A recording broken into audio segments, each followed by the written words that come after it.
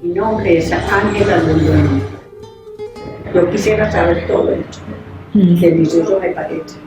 Aprender, estar enterada de todo lo que hacen los jóvenes. Siento muchas ganas de aprender. Todo lo que vaya saliendo. Ver que salen y salen cosas nuevas, y uno con esas ganas de estar como, no a la par de los jóvenes, pero sí. Pues no me siento impotente, pero yo digo que de pronto algún día aprenderé todo. Por ejemplo, las citas médicas, sin pedir como las cosas por internet, todo eso es muy bueno porque es como más fácil y con mucha facilidad nos pide uno, que deberían de preocuparse más por que uno aprenda, no de todo, pero sí que al menos entienda muchas cosas. Así esté viejita que ya sé lo que ellos van a aprender.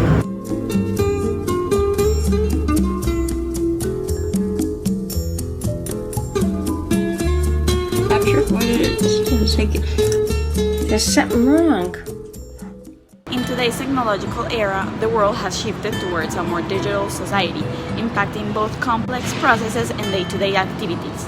While this transition to the digital world has brought us numerous benefits, it has also led us to the exclusion of many older adults due to the digital gap. Digital ageism, as it's known, encompasses various barriers such as lack of internet skills and knowledge, insufficient support and guidance, and societal stereotypes discouraging them from embracing the digital world.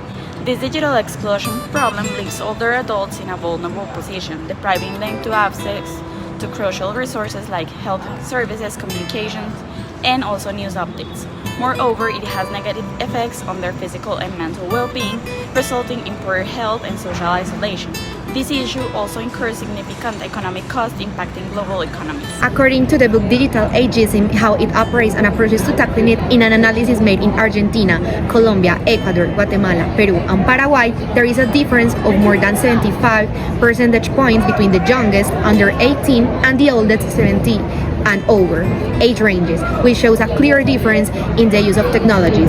This graph confirms the technological discrimination that exists within the elderly. Since they do not have knowledge of how to use their devices, they can be excluded from the technological era in which we are entering. New digital technologies reinforce inequality and magnify social exclusion for subjects of the population who are considered a digital underclass, because there are biases in technology that can result from issues like biased data and the mismatch between the system's design and assumptions of the actual user's values and capabilities.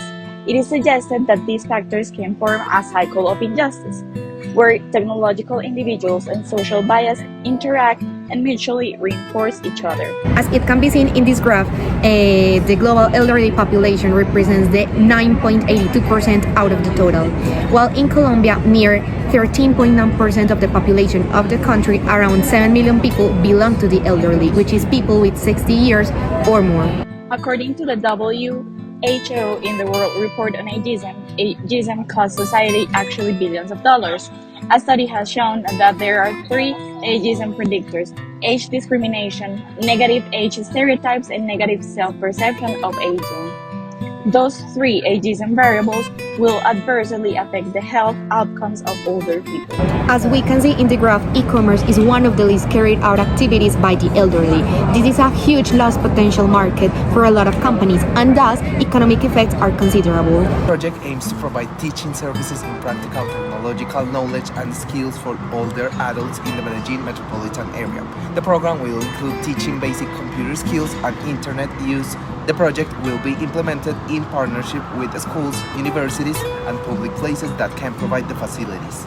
The allies could be AFIT, through Saberes de Vida, the Mayor's Office of Medellin, EPS, Confama, and Homes for the Elderly. High school students from the metropolitan area will be able to complete their literacy hours by being teachers of older adults. Young people who are part of youth groups who wish to be part of the program will be able to participate. The goal of the project is not only to involve and help older adults learn how to use technology, but also to address the problem of isolation of older adults and teach young people how to care for them, treat them with compassion, and raise awareness about this global problem. The isolation of people because of age is a problem that is worsened by the negative age stereotypes and perception that not only harm the health of these people but also carry a significant economic cost globally. The World Health Organization and the Office of the High Commissioner for Human Rights highlight that the age discrimination affects healthcare, social and legal systems.